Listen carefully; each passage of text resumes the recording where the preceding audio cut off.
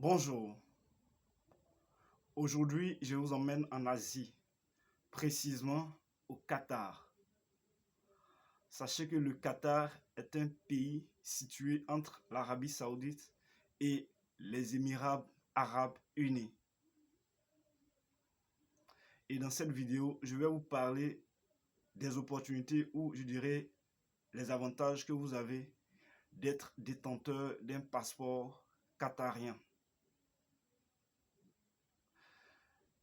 Vous savez quoi? J'ai décidé de faire une série de vidéos sur ma chaîne YouTube pour bien sûr informer le plus grand nombre de personnes parce que je me rends compte que quand on parle de la migration, on fait allusion, la plupart d'entre nous, aux pays africains. Et je me suis rendu compte que quand on parle de la migration, cela concerne tous les continents. Et donc, en faisant ces vidéos, je dis à tout le monde que si vous détenez un passeport, vous aussi, vous pouvez voyager dans certains pays dans le monde en détenant votre passeport. Et ça, peu importe votre pays d'origine. Voilà. Donc, sachez que si vous êtes qatarien et que vous détenez un passeport, vous avez 4 possibilités de pouvoir voyager. Voilà. Et c'est de ça que nous allons parler dans cette vidéo. Avant d'aller plus loin et de vous donner la liste de ces pays-là, moi je m'appelle Modeste Kwaku et sachez que vous êtes sur Visa Mo International, la chaîne qui promeut l'aviation, le voyage et le business. Si vous aussi vous êtes passionné par cette thématique, la seule chose que vous devez faire, c'est de vous abonner pour que bien sûr on puisse faire l'aventure ensemble. Si c'est la première fois que vous me découvrez, je vous accueille avec beaucoup de cœur. Bienvenue.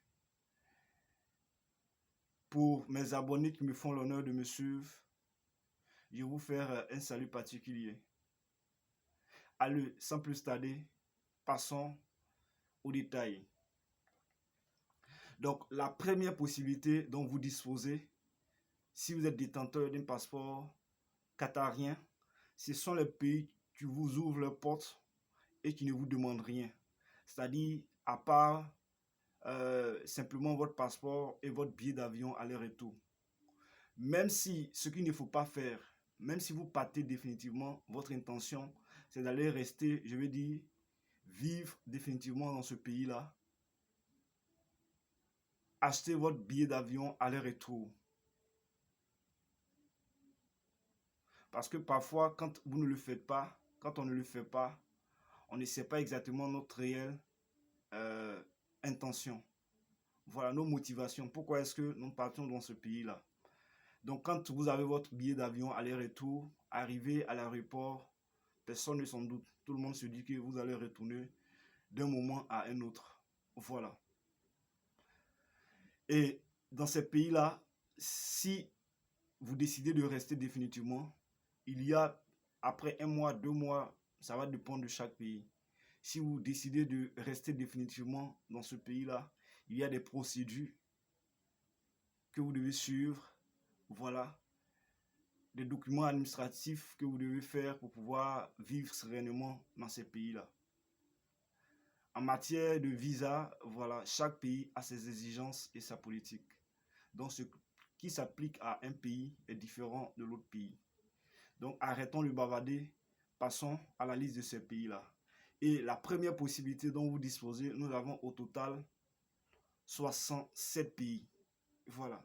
Nous avons l'Afrique du Sud, l'Albanie, l'Angola, Arabie Saoudite, Argentine, Arménie, Azerbaïdjan, Bahamas, Bahreïn, Barbade, Biélorussie, Bonnets-Saint-Eustache-Saba, Botswana, Brésil, Chine, Colombie, Costa Rica, Dominique, Égypte, Émirats Arabes Unis, Équateur, Eswatini, Géorgie, Guatemala, Haïti, Honduras, Hong Kong, île Maurice, île Cook, île Turques et Caïques, Japon, Jordanie, Kazakhstan,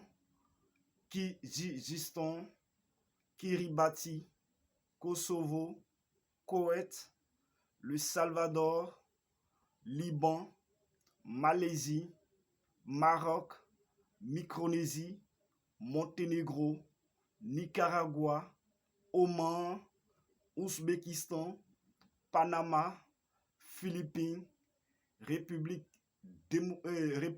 dominicaine, excusez-moi, Russie, Rwanda, Saint-Kitts et Nevis, Saint-Vincent et les Grenadines, Sao Tomé et Principe, Serbie, Singapour, Soudan, Suriname, Syrie, Tadjikistan, Thaïlande, Tunisie, Turquie, Ukraine, Vanuatu, Venezuela et enfin Zambie. Donc voilà la liste des 67 pays dont vous pouvez avoir accès où on ne vous demande rien à part votre passeport et votre billet d'avion. On ne vous demande rien. Vous pouvez aller sereinement sans vous inquiéter de l'obtention du visa. Ça, c'est la première possibilité dont vous disposez. La deuxième possibilité dont vous disposez concerne bien sûr le visa à l'arrivée. Quand on dit visa à l'arrivée, c'est-à-dire quand vous quittez votre pays, une fois dans ce pays-là, dès votre arrivée à l'aéroport, c'est là que les agents de l'immigration vont vous délivrer votre visa. Mais dans ce deuxième cas-là, sachez que le visa n'est pas gratuit. Il y a des frais de visa. Et avant qu'on ne vous délivre le visa, les agents de l'immigration vont s'assurer que tous vos documents sont à jour. Parlant bien sûr de votre passeport. Voilà.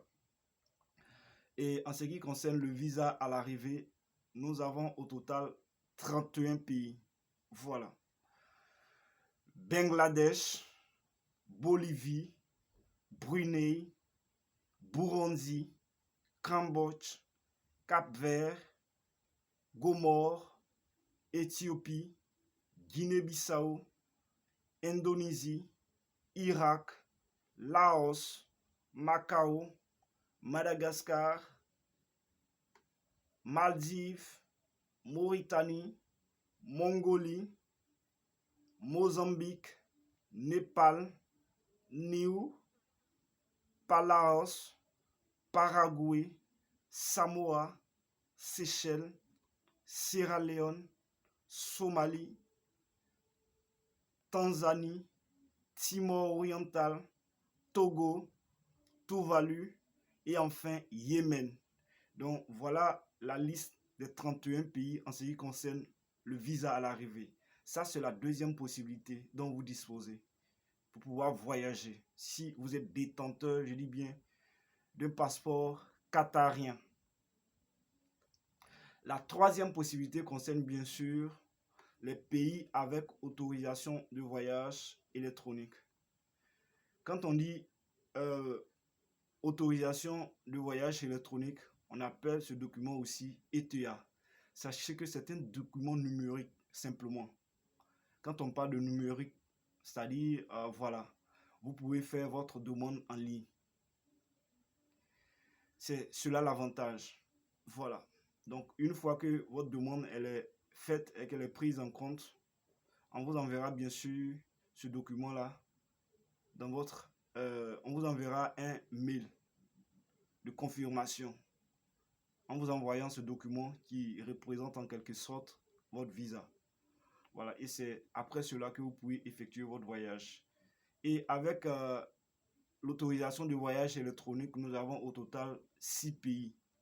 Voilà, nous avons la Corée du Sud, Kenya, Nouvelle-Zélande, Pakistan, Royaume-Uni et Sri Lanka. Donc voilà la liste des 6 pays. Ça, c'est ce qui concerne bien sûr la troisième possibilité dont vous disposez. La quatrième et dernière possibilité concerne bien sûr le visa électronique. Le visa électronique, sachez que c'est un document numérique aussi. Voilà, c'est cela l'avantage et vous pouvez faire votre demande en ligne. Vous allez sur le site web, voilà, du pays concerné ou même le consulat, voilà, et vous renseignez, je veux dire, vous remplissez toutes les informations, donc ils vont vous demander. Après cela, ils vont étudier votre dossier et s'ils savaient que tout est en ordre, vous respectez ce qu'on vous demande, voilà, cela sera validé et ensuite on vous enverra un mail de confirmation en vous envoyant bien sûr votre visa électronique. Et c'est après cela que vous pouvez voyager. Et c'est une exigence. Et sachez qu'en matière de visa, je le répète encore, chaque pays a sa politique et ses exigences. Donc ce qui s'applique, excusez-moi, à un pays quelconque est différent d'un autre pays. Voilà.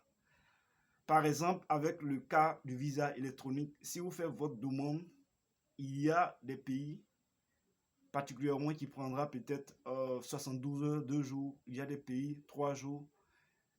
D'autres pays, ça va aller au-delà, une semaine. Je ne sais exactement. Mais cela dépend de chaque pays, bien sûr.